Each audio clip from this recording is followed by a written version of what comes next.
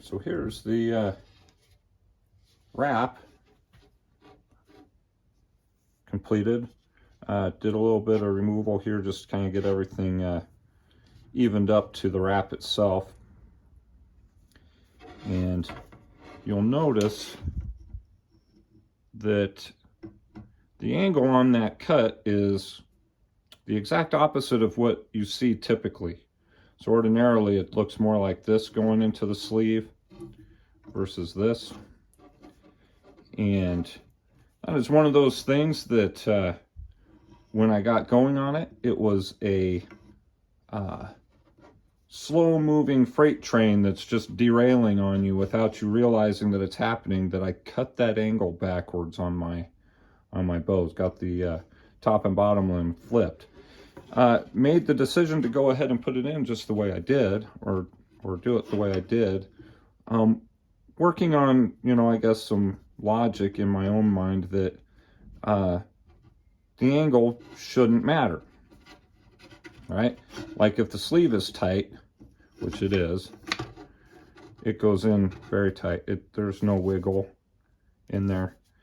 But whenever I flex it, this happens. It opens up.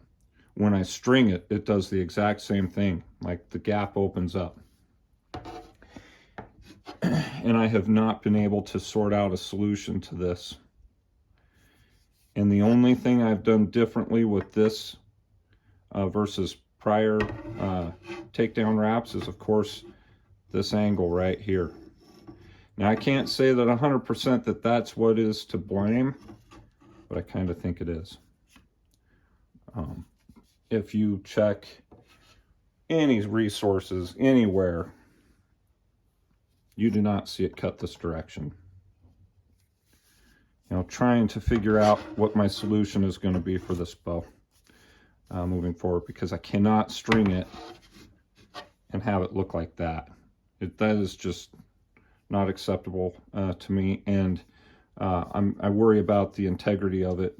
If it can't stay in its sleeve when it's strung, what's going to happen over time as you're shooting it, right? So I'm going to work on a solution for this next. Oh, that's a nice looking bow, Dad. Yeah, thank you, son. Looks like you made it a takedown? Nope, it's a one-piece bow. Why do you got the fiberglass wrap then? Yeah, it's a one-piece bow, son. Don't worry about it.